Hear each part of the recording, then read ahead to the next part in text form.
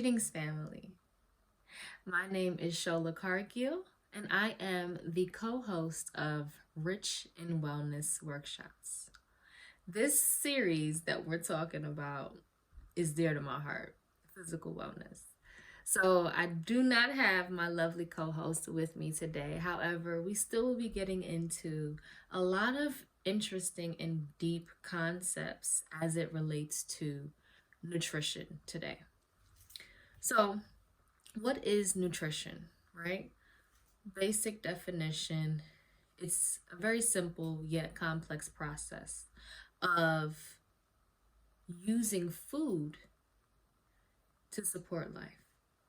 So, again, it's a complex process, but it also is very simple. And at the same time, more specifically, it's a biological process that uses food to support our life.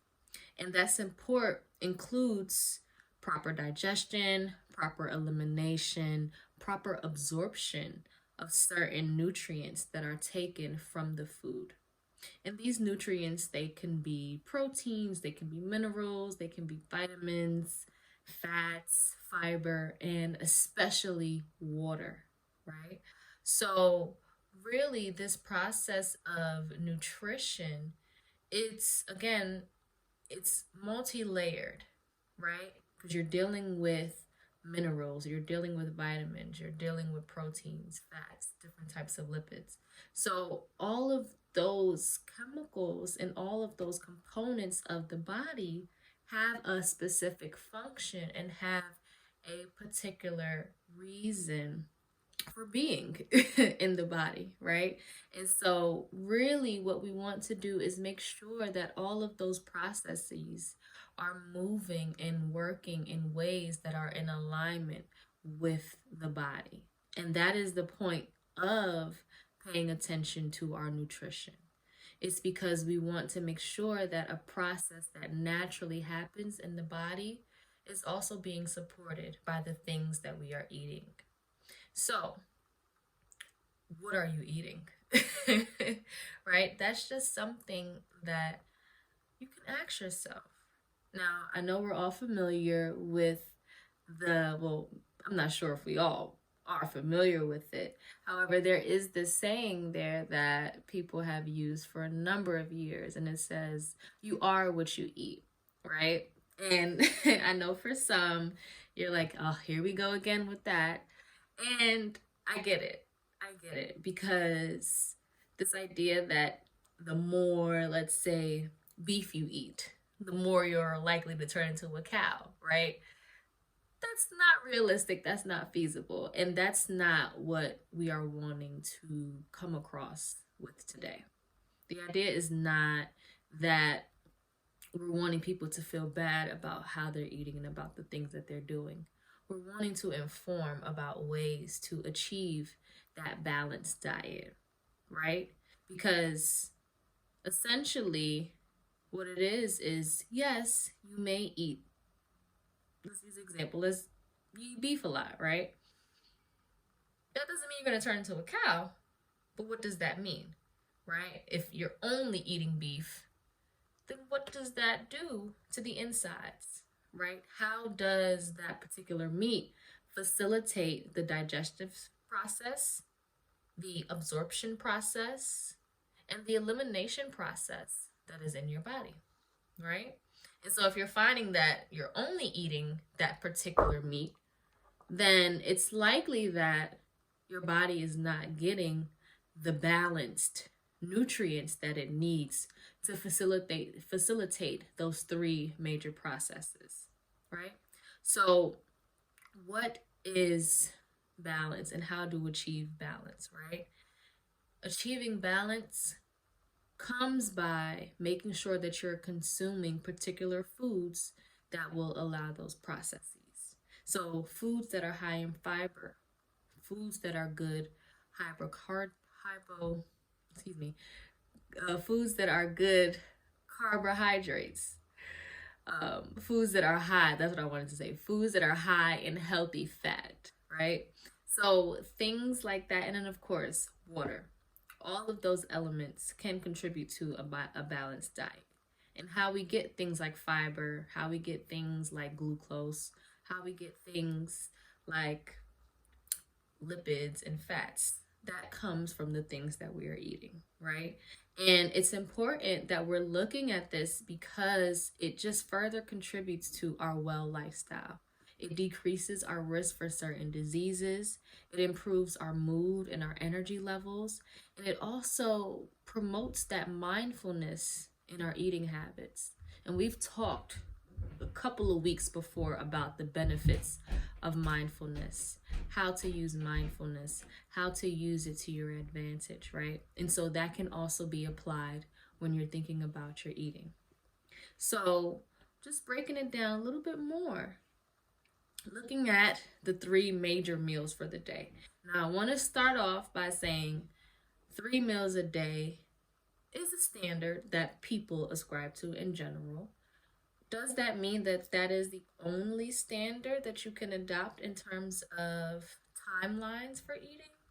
Absolutely not.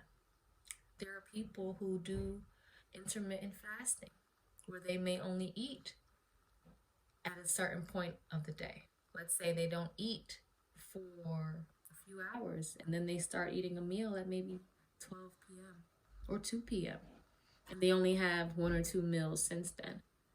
Or maybe there's somebody who wakes up at 6, 7 a.m. and they have to be out of the house. So maybe they want their energy.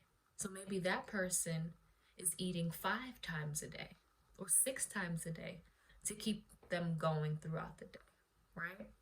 And so, again, how you choose to eat and engage in those different eating habits is completely up to you, right? And it's completely up to you to be mindful in that process. And so I'm just going to give a little tip or a couple of tips on some things that you can consider when looking at those different timelines for when to eat, right? So first thing you do when you wake up, right? That first meal of the day is breakfast, right? Or break fast, right? Breaking the fast that your body went through overnight. You weren't eating for, let's say, an average of 8 hours, right? So your body was fasting. So breakfast represents breaking that fast that was overnight. And so just thinking about that conceptually, what would be good to help break that fast? What would be good to help break up that digestive process that your body just did, right? So something light, but something filling maybe, or something that can quickly get those glucose levels up. So maybe you have a bowl of oatmeal, right? Maybe you have oatmeal that's high in fiber. Again, it's filling, so it gives you that satisfaction that you may desire before you leave. Or maybe oatmeal gives you too heavy of a feeling. And so maybe a bowl of fruit might work well. Mixing strawberries with things like kiwi, even paying attention to the different types of food that you're eating and making sure to pair the food in ways that are appropriate. So pairing high acid fruits with high acid fruits, and pairing low acid fruits with low acid fruits. Low acid fruits can be pears, bananas, things like that. Apples, they fall on the lower side. So again, right, you have options and flexibility. Feel free to do your research. Midday, right? Sometimes we call it lunch. Sometimes we call it a midday snack, whatever it is. Just that midday period. And for a lot of people, if they've been going since earlier in the day, that midday may be that crucial point for them because it provides them that second wind, so to speak.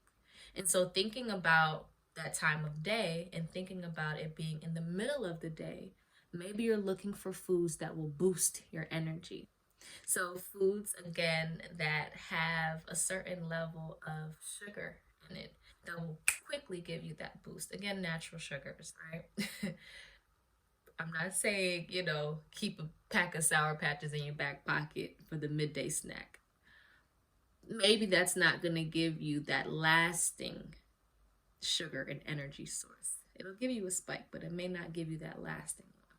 So fruits can be a good way of doing that.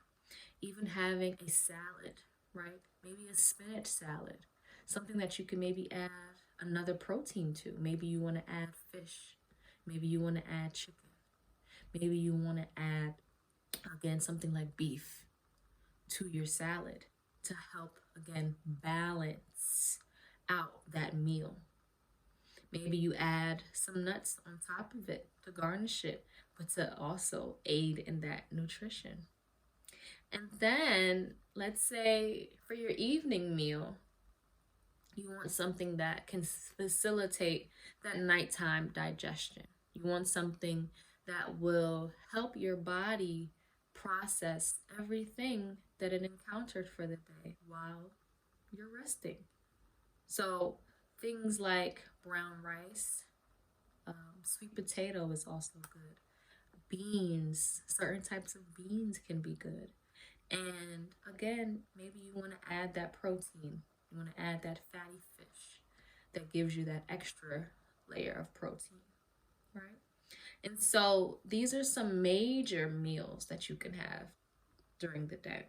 But you can also have some smaller snacks. You can have some smaller meals. So again, right, it's about balance.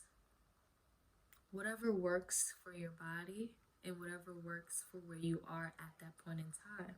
Because also for some people, maybe they're used to eating a certain way and something changes in them. And so they have to adjust their eating habits to match that change. And so being flexible, allowing yourself to explore different ways of eating, different types of food, and different means of getting those nutrients that you need, right? So going throughout the day, maybe you have a bowl of nuts. Maybe you have your second fruit bowl of the day. Maybe you have a granola bar. What are some options? And then, of course, water. Okay? We are made up of a majority part water. So allowing our system that ability to flush and filter and hydrate, that's so important. It's so vital, right? And there's so many nutrients that we get from water, especially if we're drinking water like alkaline water, for instance, right? So these are some things that you can do to help add in that balance into your diet. These are some ways that you can even start to think about how you're eating and what is the function of the foods that you're putting into your body. Are they helping you? Are they helping you? How are they helping you? Are they allowing you to have more energy? Are they allowing you to feel a sense of satisfaction? Are they allowing you that fuel? Are they allowing you that space to heal? Are they allowing your body that space to heal? So reflect. This is some homework, right? We love a homework. But this homework is a little bit different because I'm wanting to just encourage you all to reflect, to just think about it, right? Reflect on your current eating habits and ask yourself, are they balanced? Are my current eating habits balanced? Okay? And if they're not, maybe do another side where you're reflecting or planning on how they can be more balanced if you find that they aren't. Alrighty. So we once again want to thank you always for your support. And we want to thank you for committing to your wellness journey. This is about you. And it's about you feeling well. So I trust that this information today has added some sort of value to your life. And I trust that you'll be back with us again for another rich in wellness video. All right. Have a great one.